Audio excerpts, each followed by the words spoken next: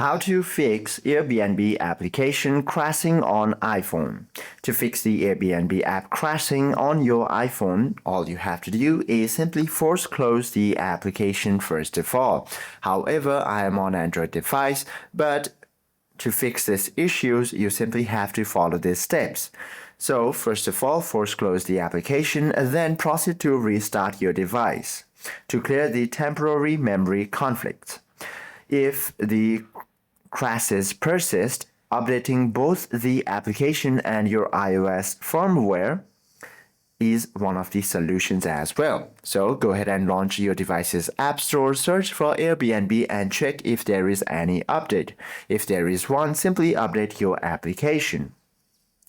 Then what you want to do is, despite all these solutions, if the app still is crashing, you simply have to uninstall the application and proceed to reinstall it onto your device.